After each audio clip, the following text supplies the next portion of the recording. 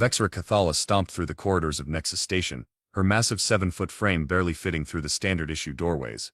The clicking of her secondary mandibles echoed against the metal walls like someone nervously tapping scissors.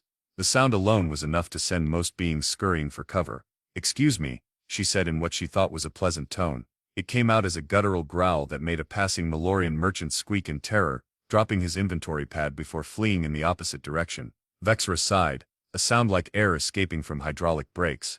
This happened every single time. "I just wanted to ask where the repair shop was," she muttered to herself, bending down to pick up the abandoned inventory pad. The screen displayed a station directory before it shattered in her grip. Oops. She gently placed the broken device on a nearby bench, arranging the pieces in what she hoped looked like a definitely not broken configuration. The Cathala were feared throughout the known galaxy, and not without reason. Evolved from apex predators on the death world of Nexus V, they possessed natural armor plating, venom glands, and enough muscle density to punch through standard ship hull material. Not that Vexra had ever done that. On purpose anyway. What most species didn't know was that modern Cathala were primarily philosophers and artists. That's what Vexra was, a sculptor specializing in asteroid carving who just wanted to get her damn ship fixed so she could deliver her latest commission. After 3 more terrified encounters with station residents, who'd rather throw themselves into waste disposal units than share an elevator with her, Vexra finally spotted a sign for Morgan's Mechanics at the far end of the commercial sector. The shop was wedged between a suspicious-looking establishment called Definitely Not Contraband and a food stall advertising authentic human cuisine. Now, with 30% less poison, Vexra ducked through the entrance, her dorsal spine scraping against the doorframe with an unpleasant screech. The workshop was cluttered with parts from a dozen different planetary systems, tool racks lining the walls, and the distinct smell of engine coolant hanging in the air. "Hello?" she called out, her voice making a stack of metal containers vibrate. "Is anyone here? I require assistance with my vessel." A series of rhythmic clangs came from beneath an ancient-looking shuttle. A moment later, a surprisingly small figure rolled out on a creeper. The human, Vexra recognized the species from the galactic news feeds, was covered in grease stains and wearing a utility jumpsuit with Morgan stitched across the chest pocket. "Be right with ya," the human said casually, continuing to tighten something with a comically large wrench. Vexra waited for the inevitable scream of terror, the dropping of tools, the desperate scramble for the exit or emergency weapon. But the human just kept working, humming an unfamiliar tune. Finally, Morgan Wells stood up, wiping grimy hands on even grimier coveralls. Standing at full height, the human barely reached Vexra's mid-torso, with a frame so fragile-looking that Vexra was certain she could snap it with her auxiliary limbs alone. "What can I do for ya?" Morgan asked, glancing up at Vexra with nothing more remarkable than mild professional interest. Vexra's primary heart skipped a beat, while her secondary and tertiary hearts maintained their normal rhythm. She leaned down, mandibles clicking in confusion, and tilted her armored head. "Everyone is afraid of me," she stated matter-of-factly. "But why aren't you afraid of me, human?" Morgan blinked twice, then shrugged. "Lady, I've got a power coupling that's due in 4 hours, 3 overdue invoices, and I just spilled my last cup of coffee. I don't have the energy to be scared. Now, what's wrong with your ship?" Vexra stood motionless for a full 15 seconds, her compound eyes blinking in an asynchronous pattern that most species found deeply unsettling. Morgan just waited patiently, tapping a wrench against one thigh. "My propulsion system is malfunctioning," Vexra finally said. "The quantum fluctuator won't synchronize with the dark matter reservoir." Morgan nodded. "Classic problem with the XR7 models, they cheap out on the connector relays." "How did you know I pilot an XR7? Vexra asked, genuinely surprised. "The quantum grease under your auxiliary claw has that distinctive purple tint that only XR7 engines use." Morgan pointed to Vexra's smallest left appendage. "Plus, you've got coolant residue on your exoskeleton that's specific to Orion shipyards. Not exactly detective work." Vexra examined her own claw with newfound interest. No one had ever gotten close enough to notice such details about her before. "I can take a look," Morgan continued, grabbing a portable toolkit. "Where's she docked?" "Bay 17G, Vexra replied. "But I should warn you that it's gonna be a mess because the fluctuator probably leaked all over the cooling system." "Yeah, I figured." Morgan headed toward the door. "Coming." They walked side by side through the station corridors, or rather Morgan walked while Vexra performed the Cathala equivalent of tiptoeing, trying to appear less threatening. The effort was wasted. Every being they passed either flattened themselves against the wall, or found sudden urgent business in the opposite direction. Does this not disturb you? Vexra asked, gesturing to a Procyon merchant who had just dived behind a potted plant at the sight of them. Only his trembling antenna remained visible. Morgan shrugged. People are weird everywhere. You should see how humans act around celebrities. When they reached Bay 17G, Morgan let out a low whistle at the sight of Vexra's ship. That's not just an XR-7. That's an XR-7 Midnight Edition with custom asteroid mining adaptations. She's gorgeous. You can tell that just by looking. Vexar felt something unfamiliar. Was this what other species called being impressed? The hull configuration gives it away, plus the extra thrusters for maneuvering in debris fields. Morgan was already circling the vessel with evident admiration. What did you say you do again? I didn't. I'm a sculptor. I carve asteroids into art installations for various clients. Morgan paused. Wait, are you Vexar Cathala, the one who did that amazing piece orbiting Centauri Prime, the one that looks different from every angle? Now it was Vexar's turn to be surprised. You've seen my work. Seen it? I took a tourist shuttle out there specifically to watch the light patterns at sunset. Cost me 3 months' pay. Morgan's face lit up with genuine enthusiasm. That thing is incredible. The way you captured motion in static stone. The human made an exploding gesture near their head. Mind-blowing. Vexar's mandibles clicked rapidly. The Cathala equivalent of blushing. No one had ever complimented her art to her face before. Most clients communicated exclusively through intermediaries, too terrified to meet her in person. I require precise maneuverability to carve at the molecular level, she explained, patting the ship with one massive claw, hence the custom modifications. Well, let's get her fixed up then. Can't have the galaxy's greatest asteroid artist stranded on this dump of a station. Morgan climbed up the boarding ramp without waiting for permission. Vexar followed, ducking her head under the entrance. I'm not the greatest. The Hive collective of Betelgeuse produces far superior work. That soulless corporate garbage. Morgan's voice echoed from inside the engine compartment. They use algorithms and nanobots. You do everything by hand or claw, whatever. It's not even comparable. As Morgan disappeared deeper into the ship's mechanical heart, Vexar stood frozen, processing this bizarre interaction. The human showed no fear, knew her art, and was now casually rummaging through her ship's most vital systems while making conversation. Something crashed loudly, followed by a string of colorful human expletives. Are you injured? Vexar called out, concerned. Nah, just dropped a coupling on my foot, Morgan replied. But wow, you weren't kidding about the fluctuator. It's completely shot, and it took out the auxiliary coolant system too. Vexar's mandibles drooped.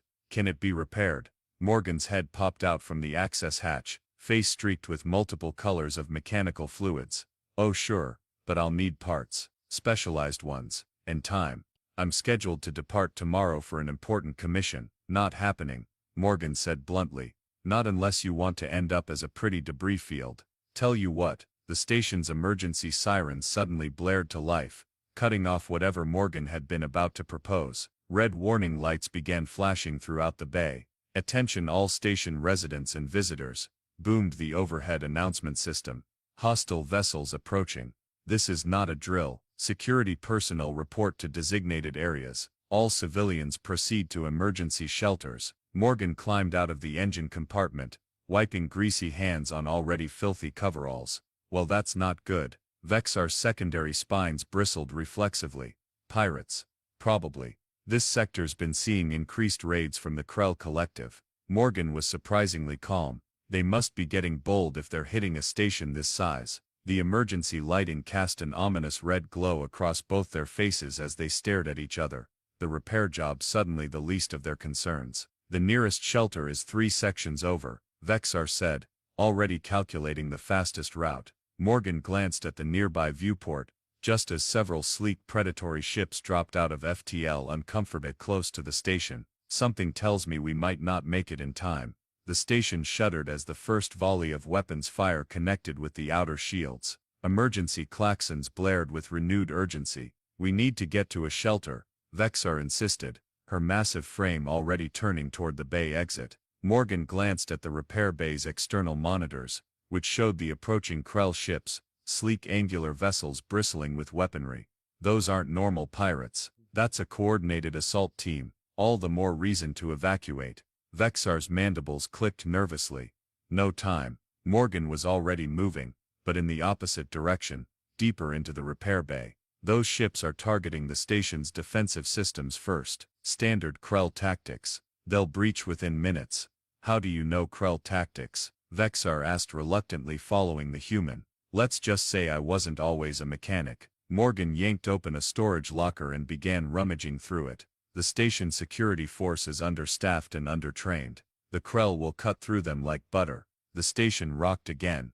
This time the lights flickered ominously. What do you propose? Vexar asked, ducking instinctively as a ceiling panel crashed down nearby. Morgan emerged from the locker holding what appeared to be a makeshift weapon, some kind of modified welding tool with suspicious-looking attachments. We need to get to the central hub and manually reinforce the security protocols, otherwise they'll override the system within 10 minutes.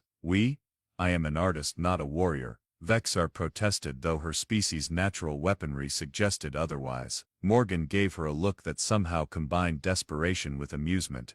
You're 7 feet of armored nightmare that makes most species wet themselves just by existing. Right now that's exactly what we need. I do not intimidate people deliberately. Well, today you're going to have to. Morgan tossed her a communication earpiece. Consider it performance art. Another blast rocked the station. Through the viewport, they could see one of the station's defensive turrets explode in a shower of sparks and debris. Fine, Vexar conceded. What's the plan? We need to get to the central control hub 3 levels up. Standard procedure during attacks is to lock down all main corridors and elevators, forcing attackers to use maintenance tunnels, which are easier to defend. So we use the maintenance tunnels. Nope, too obvious. We're taking the main corridors. But you just said they'll be locked down and the Krell will avoid them initially. Gives us a straight shot while they're crawling through the tunnels. Morgan hefted the makeshift weapon.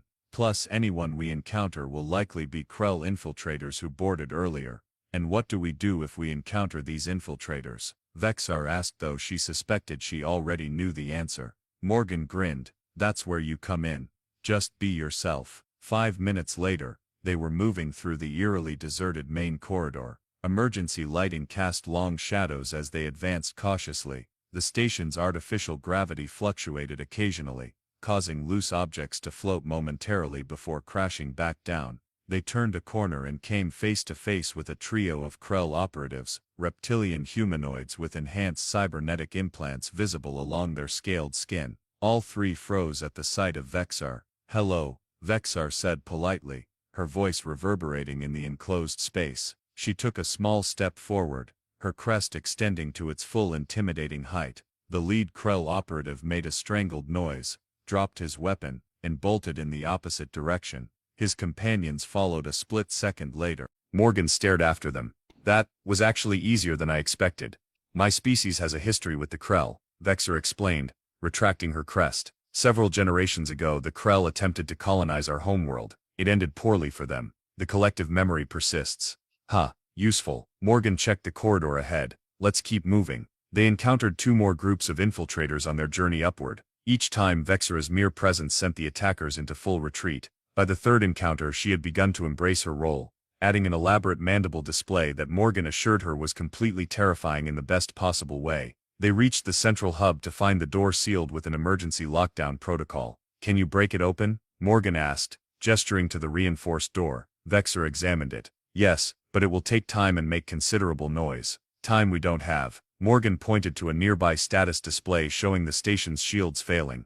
Any other ideas? Vexar considered the problem. There is one option. My species can produce a highly corrosive enzyme designed to break down predators that attempted to consume us on our homeworld. Morgan's eyes widened. You can spit acid. It's more of a controlled secretion from specialized glands, Vexar corrected. I have never used it offensively. It's considered uncivilized. Another explosion somewhere nearby made the decision for them as the lights flickered again. I think civilization will forgive you this once, Morgan said dryly. Vexar positioned herself before the door's locking mechanism, extended a specialized proboscis that had remained hidden within her facial structure, and released a targeted spray of yellowish fluid. The metal began to sizzle and smoke immediately. That is simultaneously the most disgusting and most awesome thing I've ever seen, Morgan commented, watching the lock mechanism dissolve. Within moments they were able to force the door open and enter the central hub. The room was deserted. The regular staff had presumably evacuated to safety. Morgan immediately moved to the main control console. I need to override the security protocol and reroute emergency power to the secondary shield generators. Can you watch the door? Vexera took up position by the entrance. This is not how I expected my day to proceed when I sought repairs this morning. Welcome to my typical Tuesday, Morgan muttered, fingers flying over the control panels. Almost got it. There, the station lights stabilized as auxiliary power came online. On the status displays, the shield indicators began to strengthen. The Krell ships are pulling back, Vexer observed, watching the tactical display. You did it. We did it, Morgan corrected. I couldn't have gotten here without my terrifying bodyguard. Through the viewport, they could see station security vessels finally mobilizing, pursuing the retreating Krell ships. Morgan collapsed into the control chair, exhaling deeply. Not bad for an artist and a mechanic, huh? Vexera's mandibles clicked in what Morgan was beginning to recognize as amusement. Perhaps we should discuss the repairs to my ship once the crisis has fully passed. About that, Morgan tilted her head thoughtfully. I think I just had a business proposition for you. I'm listening, Vexera said, aware that several station security officers had appeared in the corridor outside, gaping at the sight of a Cathala standing casually in the control room instead of rampaging through it. But first, Morgan added, noticing Vexera's attention shift to the gathering crowd, I think we've got some explaining to do. After the chaos subsided and station security finished debriefing them, Vexera and Morgan found themselves in the station's observation lounge. The vast viewport displayed the aftermath of the attack, maintenance drones repairing external damage while security vessels patrolled the perimeter. Inside, the lounge was mostly empty. The few patrons present kept shooting nervous glances at Vexera before quickly looking away. I don't understand, Vexera said, delicately holding a beverage container specially designed for her species' unique physiology. Most beings run at the sight of me, yet you showed no fear from the beginning. Now, after witnessing my corrosive capabilities, you appear even more comfortable in my presence. Morgan took a long sip from a mug of something that smelled strongly of caffeine and possibly engine degreaser. Let me tell you something about humans, Vexera. Please do. Your species is relatively new to galactic society. Our databanks contain limited information. That's because most galactic historians are too scared to ask us the really interesting questions. Morgan leaned back in the chair, which creaked ominously. See, every species evolved on their homeworld to fit somewhere in the food chain, right? Vexera nodded. Basic evolutionary theory. My species evolved as apex predators with multiple defensive mechanisms against the few threats we faced. Exactly. And that's true for most sentient species. They either evolved as apex predators like you, specialized herbivores with advanced brains, or somewhere comfortably in between. Morgan pointed out the viewport at the stars. But humans, we're weird. How so? We didn't evolve as the apex predator on our planet, not even close. For most of our evolutionary history, we were prey. We lived alongside creatures that could tear us apart in seconds, giant cats, massive bears, wolves hunting in packs. Morgan's eyes took on a distant look. Even when we developed tools and became hunters ourselves, we were never the strongest or fastest. We didn't have natural weapons like claws or fangs or your impressive mandibles. Vexera clicked her mandibles self-consciously. So instead, Morgan continued, we developed something else, pattern recognition and adaptability. We became really good at identifying threats, understanding them, and figuring out how to deal with them. Where other species evolved to either fight or flight or flee predators, we evolved to study them. This explains your lack of fear, partially. See, humans don't instinctively fear things just because they're dangerous. We evaluate. When I look at you, I don't just see a 7-foot armored killing machine with acid glands. What do you see? Vexera asked, genuinely curious. I see a sculptor with precise control over those massive claws. I see someone who could easily tear through that door but chooses to duck under it instead. I see intelligent eyes and careful movements. Morgan shrugged. The fact that you could theoretically rip my arms off is secondary information. Vexera's compound eyes blinked in surprise. Most species don't make it past the theoretically rip arms off observation. That's because their evolutionary history didn't prepare them to evaluate threats like ours did. Morgan tapped the side of her head. Humans grew up on a death world without even realizing it was a death world. Our entire planet was trying to kill us from day one. Predators, diseases, natural disasters, extreme weather. But instead of evolving thicker hides or poison sacs, we evolved this. Your brain, our perspective, our ability to look at something terrifying and break it down into problems we can solve. Morgan grinned. You know what humans did when we encountered apex predators that could easily kill us. We domesticated them. Now we keep tiny versions of them in our homes and call them pets. The station's ambient lighting shifted as it transitioned to evening cycle. The stars outside seemed to brighten in response.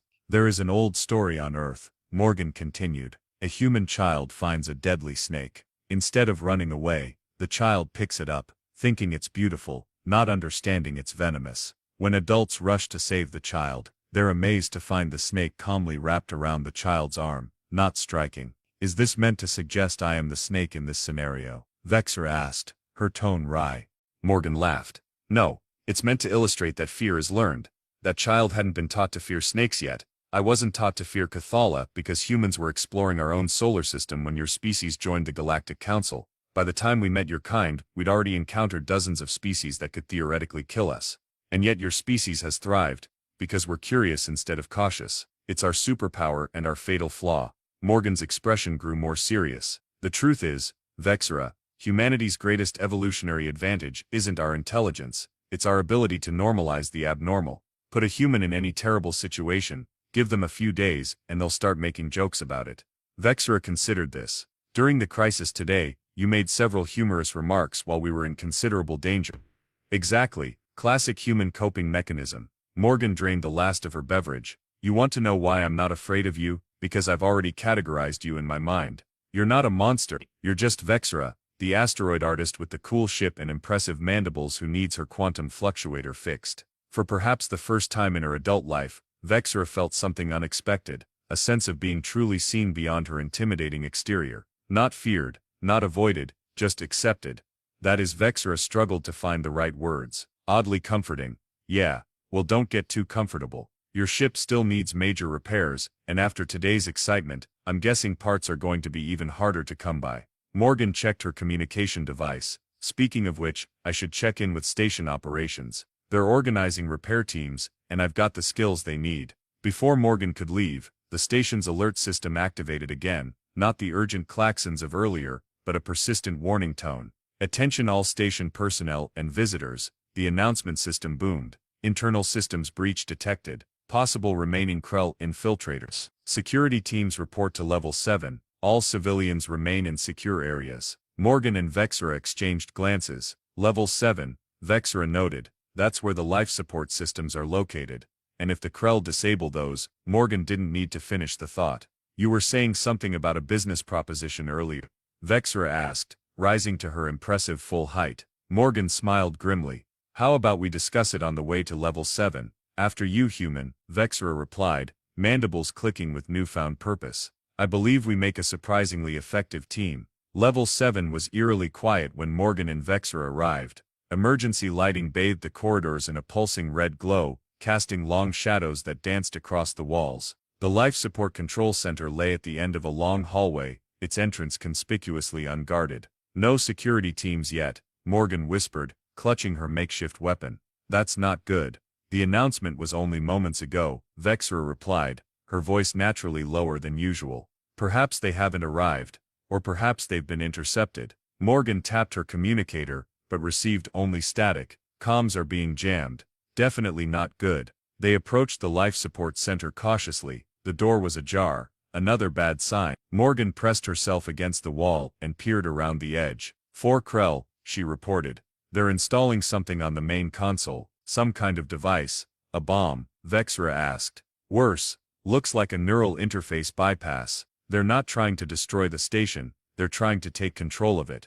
Vexra's secondary spines bristled. If they gain control of life support, they could suffocate everyone on board, alter the atmospheric composition, or just lock us all in while they loot the place. Morgan grimaced. We need to stop them before they complete the installation. The security teams won't get here in time. Morgan looked up at Vexra, her expression deadly serious. We need to use what we've got. And what do we have? Me, Morgan said, tapping her temple. And you. She gestured at Vexra's imposing form. Vexra clicked her mandibles nervously. I am not a warrior. No, you're an artist. So think of this as performance art. Morgan's eyes gleamed with sudden inspiration. The Krell are afraid of you, right? Let's use that. 5 minutes later, Morgan was positioned in a maintenance shaft above the life support center, while Vexra stood ready outside the main entrance. The plan was simple, bordering on ridiculous, but as Morgan had pointed out, sometimes simple was best, especially when working with limited resources and time. Ready, Morgan's voice came through the communicator. They'd synchronized to a local frequency. Vexra extended her crest to its full height, unfurled her auxiliary limbs, and let her mandibles spread to their widest, most threatening position. She activated her species' bioluminescent threat displays, patterns of glowing blue veins that pulsed across her exoskeleton in hypnotic predatory rhythms. Ready? She confirmed, then added, "This is simultaneously the most and least dignified moment of my artistic career. That's the spirit.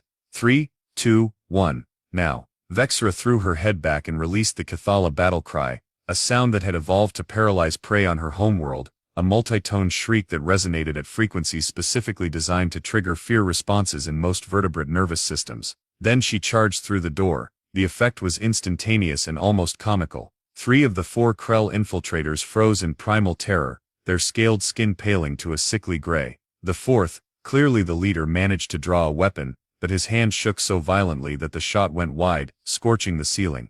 "Defilers," Vexra roared, using her deepest voice registers. "You dare invade my hunting grounds." It was complete improvisation, drawing on stereotypical villain dialogue from entertainment feeds she'd watched during long space journeys. Morgan had insisted that clichés would work best. They became clichés for a reason.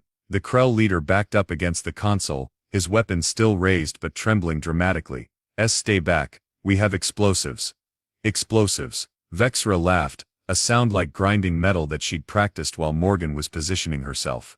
"Your primitive tools cannot harm me. I am eternal. I am vengeance. I am." She was running out of dramatic proclamations when Morgan dropped from the maintenance shaft directly behind the Krell leader, bringing a heavy tool down on his weapon hand.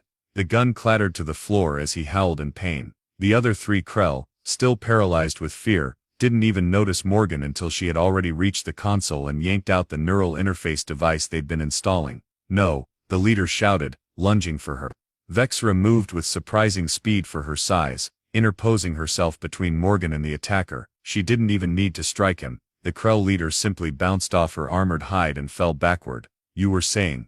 Vexra asked, looming over him, her bioluminescent patterns pulsing menacingly. To everyone's surprise, the Krell leader started laughing, a high, unhinged sound. "Fools," he hissed. "This was merely a diversion. The real operation is already underway." Morgan examined the device she'd removed from the console. "This isn't a neural interface." "What is it?" Vexra asked, keeping her intimidating posture directed at the 4 Krell. "It's a remote transmission relay." Morgan's face paled. "They're not trying to control the station, they're using it to broadcast something." As if on cue, every display screen in the room flickered to life, showing a massive Krell warship dropping out of FTL just outside the station's defensive perimeter.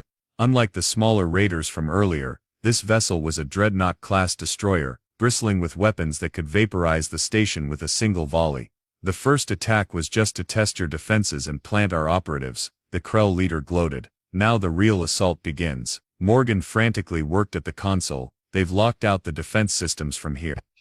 We can't raise shields." The station's general alarm began blaring again, but it was clearly too late. The warship was already in position, its weapon systems visibly charging on the display screens. "There must be something we can do," Vexra said, her theatrical menace forgotten in the face of genuine crisis. Morgan stared at the screens, then at the device in her hand, then back at Vexra, her eyes widened with sudden inspiration. "The signal goes both ways," she muttered. "They need to coordinate." Then louder, "Vexra, I need your ship.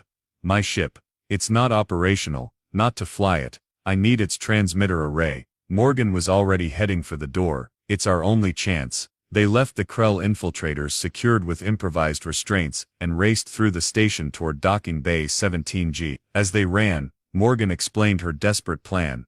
"The Krell warship is receiving targeting data from these infiltrators. That's why they planted the relay. If we can hijack that signal and send false coordinates, they'll fire on nothing," Vexra concluded. "Exactly. Your XR-7 has a custom communication array for precision sculpting work. If I can route the Krell's signal through it and scramble the targeting data." They burst into the docking bay just as the station's automated voice announced, "Tension. Hostile vessel charging weapons. All personnel proceed to emergency evacuation pods." "This is not a drill." Morgan practically dived into Vexra's ship, heading straight for the communication console. Vexra followed, watching as the human's fingers flew across the controls with practiced precision. The targeting frequency is encrypted, Morgan muttered. I need to wait. If I use your asteroid mapping protocols to, yes. On the ship's display, they could see the Krell warship adjusting its position slightly. It's working, Vexra exclaimed. Not for long. They'll realize something's wrong any second. Morgan continued typing frantically. I need to make one big push, a complete coordinate falsification that'll make them fire at empty space. The warship's weapons reached full charge, green energy pulsing along its hull. Now or never, Morgan said, executing her final command sequence. The Krell warship suddenly pivoted, its massive guns swinging away from the station. A second later, it fired, the energy beam lancing harmlessly into empty space, light years from any inhabited system. Yes, Morgan punched the air triumphantly, but their celebration was premature. On the display, the warship's weapons began charging again, and its communications officer would certainly be reporting the malfunction. They'll recalibrate and fire again, Vexra noted grimly. We've only bought minutes at most. Morgan sat back in the pilot's chair, her momentary elation fading. We need something more permanent. She glanced around the ship's interior, her gaze landing on a specialized tool mounted near the sculptor's station. What's that? My precision asteroid cutter, Vexra explained. It emits a focused energy beam that can slice through rock at the molecular level. Morgan's eyes lit up with the particular gleam that Vexra was beginning to recognize as dangerous human inspiration. How powerful is it? Powerful enough to carve a mountain into a masterpiece, Vexra said. Then, understanding dawning, you can't be suggesting. I absolutely am. Morgan was already moving toward the device. Can it be removed from the ship? Theoretically, yes, but no time for buts. Help me disconnect it. Together they detached the massive cutting tool from its mounting. Designed for Vexra's strength, it was nearly immovable for Morgan alone, but manageable for both of them together. The station has an external maintenance airlock on this level, Morgan explained as they lugged the device through the docking bay. If we can get this outside and repurpose it to fire at the warship, you want to turn my precision artistic tool into a weapon. Vexra sounded almost offended. I want to turn your precision artistic tool into our salvation, Morgan corrected. Sometimes the best art makes a statement. This one will say don't mess with this station. 5 frantic minutes later, they had maneuvered the cutting tool into the maintenance airlock. Morgan had reconfigured its targeting system to interface with her portable communicator. It won't have the power to destroy their ship, she admitted. But if we target their main communications array, they won't be able to coordinate their attack, Vexra finished. Elegant solution. The airlock cycled, exposing the cutting tool to space. Morgan activated it remotely, and a brilliant blue beam shot forth, precisely targeting the Krell warship's external communication array.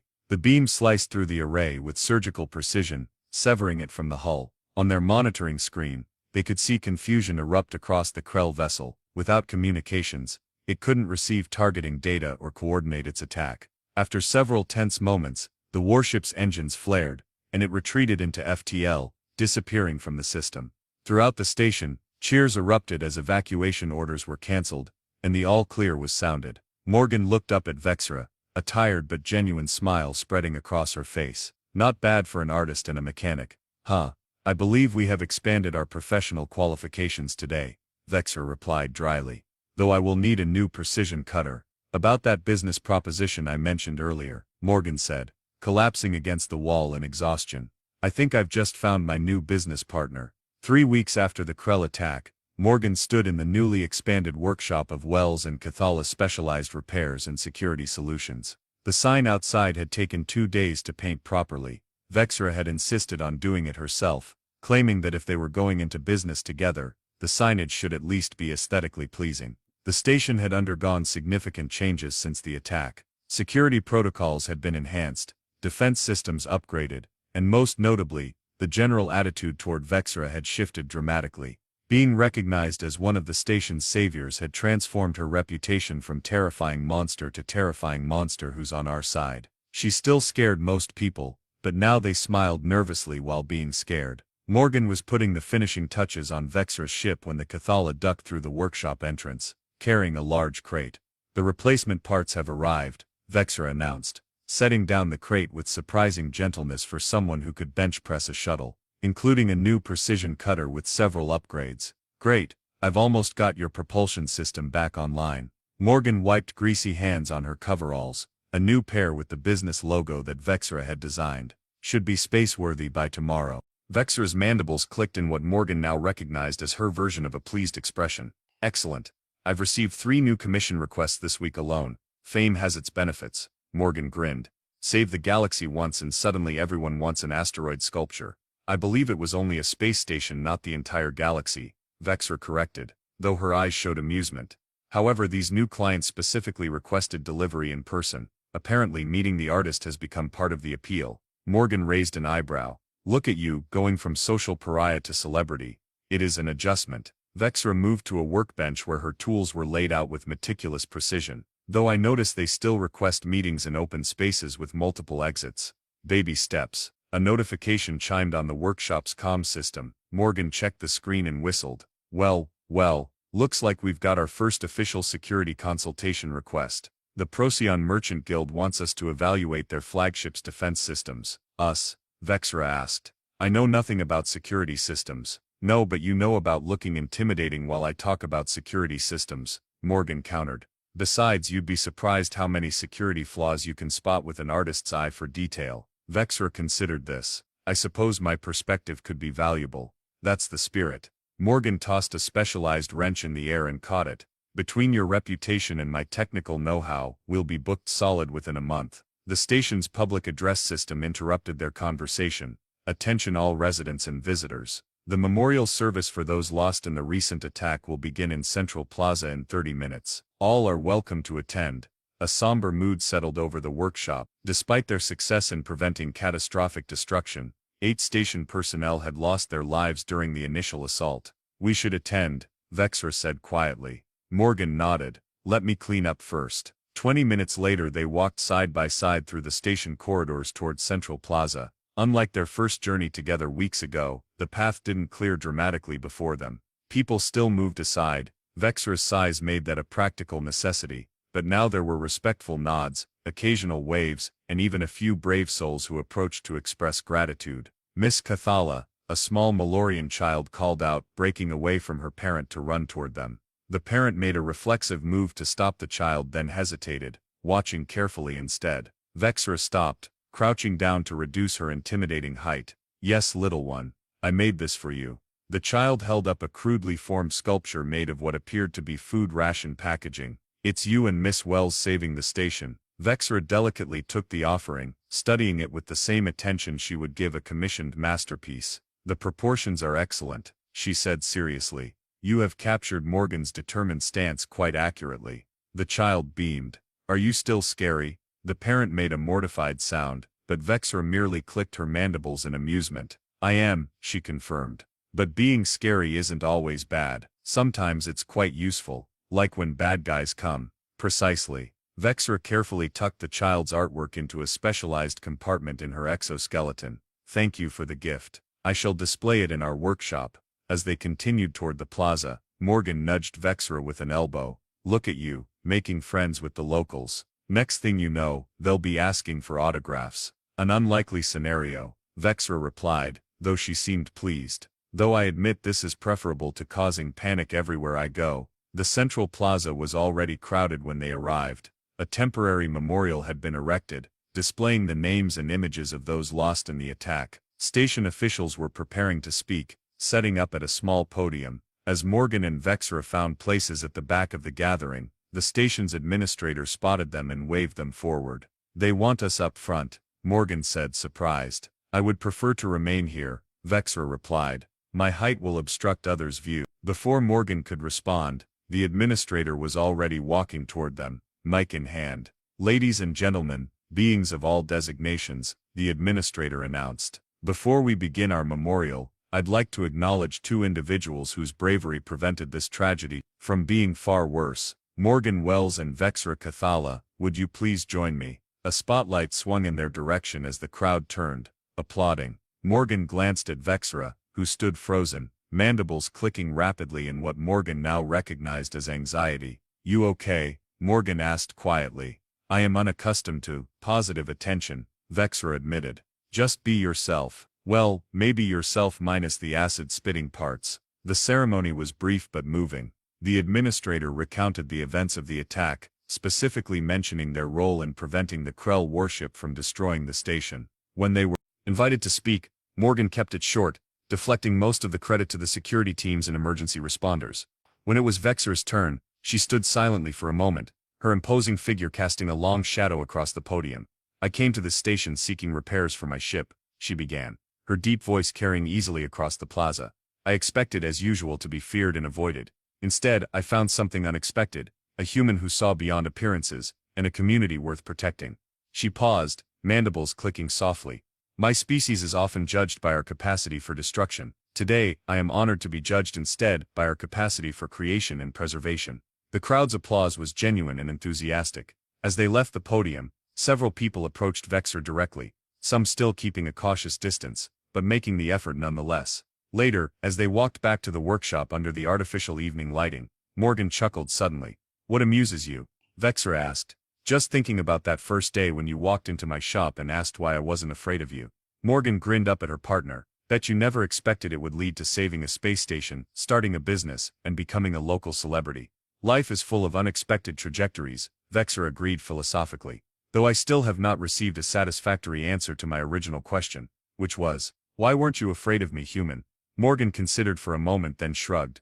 "Because I looked at you and saw someone with a broken ship who needed help. Everything else was just details." "A simplistic assessment. Sometimes the simplest answer is the right one," Morgan countered.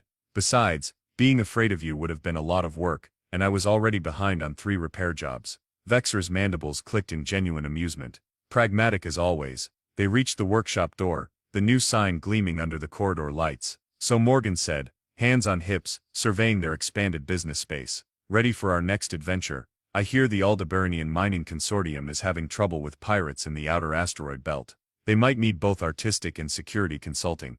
"Will there be danger?" Vexor asked. "Probably.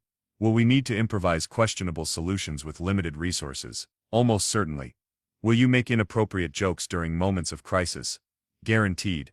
Vexor's bioluminescent patterns pulsed briefly, the Kathala equivalent of a smile. "Then I believe, as you humans say, I am all in." Morgan grinned and extended a hand. Vexor carefully enfolded it in her massive claw, the gesture of partnership now comfortable and familiar. "Wells and Kathala," Morgan declared. "Fixing ships, saving stations and thoroughly confusing the galaxy, one species at a time.